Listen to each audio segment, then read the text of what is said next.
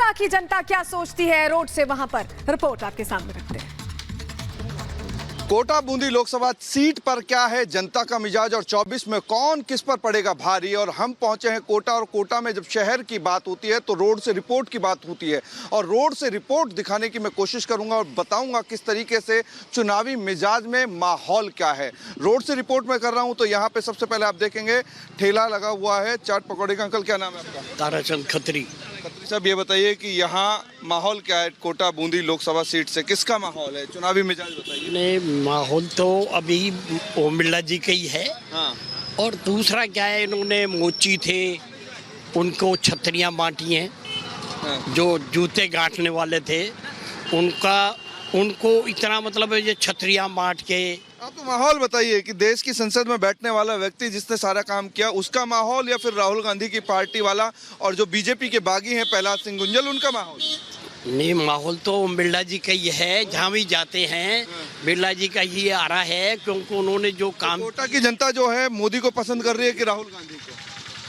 मोदी के पीछे चल रही है। मोदी के पीछे चल रही है। हाँ, बिल्कुल मोदी के पीछे चल रही है। हाँ भाई, तुम्हारे आम और गुठलियों के दाम क्या चल रहा है, भाव क्या चल रहा है? भाव 120 चल रहा है। 120 चल रहा है आम का भाव। सियासत का क्या चल रहा है, किस पर किसका ज्यादा माहौल? हाँ, सियासत का भाव तो भाव जब क्या बताए तो टाइम बताएगा। नहीं तो ओम बिरला जी या प्रहलाद सिंह गुंजल, बीजेपी की कांग्रेस? उसे 90% तो बीजेपी चल रही है। 90% बीजेपी। ये देखिए, तो सीजन से पहले आम और गुठलियों के दाम, और यहाँ पे फिर फ्रूट जो है वो लगे हुए हैं।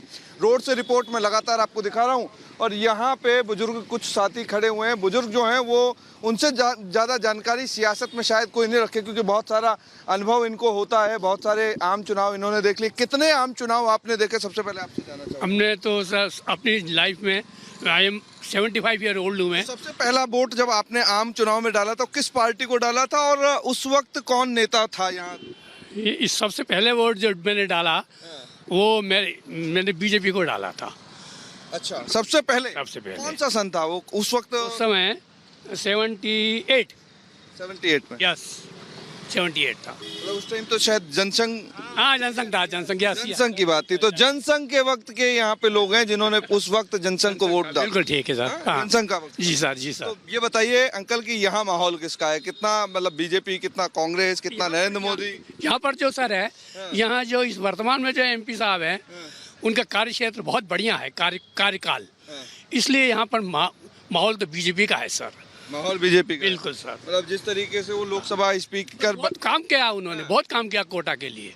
खास तौर से मुझे याद है लॉकडाउन के समय पर उन्होंने काफ़ी बच्चों को, मैं इस लाइन से संबंधित हूँ, इसलिए मैंने देखा है कि जितने भी बाहर के बच्चे थे उन सबको सकुशल घर पे वापस पहुंचाना। आया, एक मिनट आया आपके पास। यहाँ पे जो राहगीर हैं, उस चलते हुए राहगीर, उनको पकड़ने में मुझे ज़्यादा अच्छा लगता है, उनसे बात करने में अच्छा लगता है। तो ये बताइए कि आपका मीटर चालू है, अब किसके यहाँ पे रोड से रिपोर्ट मैं करने आया हूँ, तो ये बताइए यहाँ किसका माहौल सबसे ज़्यादा, बीजेपी की कांग्रेस? बीजेपी का है। बीजेपी का है? हाँ। बीजेपी की कांग्रेस? झूठ तो नहीं बोल रहे हैं? नहीं, बीजेपी का ही है। कहीं ऐसा है कि यहाँ पे बोल दिया और घर में जाकर के कह रहे हैं? नहीं, बीजेपी का ही है। बीजेपी का? हाँ, मतलब बिरला जी की गुंजल जी? बिरला। गुंजल का कोई फाइट ही नहीं है। कोई फाइट नहीं? सही बोल रहे हैं? बिल्कुल। बिल्कुल सही बोल रहे हैं, ये कह रहे हैं बिल्कुल सही बोल रहे हैं। तो ये बताइए कि अंकल ने जो बताया जिस तरीके से कि माहौल यहाँ इस तरीके का है, तो कैसा माहौल? बहुत अच्छा माहौल है। हाँ। ओम जी बिरला ही जीतेंगे। ओम जी बिरला के साथ साथ मोदी जी का फैक्ट भी है, दोनों चल रहे हैं यहाँ। हाँ। तो ओम जी बिरला ने दोनों चलते हैं। हाँ। तो कोटा शिक्षा नगरी है। दूर दराज से हिंदुस्तान के अलग अलग हिस्सों से यहाँ वो छात्र आते हैं जिन्होंने पढ़ाई में मुकाम हासिल किया है। यहाँ से अधिकारी सब कुछ बन करके जाते हैं। यहाँ से जो चीज़ें होती है, लेकिन बड़ा मुद्दा है सुसाइड बहुत होते हैं, इसलिए भी बहुत ज़्यादा चीज़ें होती है। तो क्या सजेशन है इस शहर के लिए कि कैसे सुसाइड रोकें बच्चों के? सुसाइड के लिए तो निश्चित रूप से उनके अंदर आत्मविश्वास पैदा करना पड़ेगा। बच्चों के अंदर आत्मविश्वास वही संस्था कर सकती है जहाँ वो पढ़ रहे हैं और जहाँ रह रहे हैं और पढ़ रहे हैं। दोनों संस्थाओं के अंदर अगर कोलैबोरेशन हो तो निश्चित रूप से आत्मविश्वास प्रबल होगा।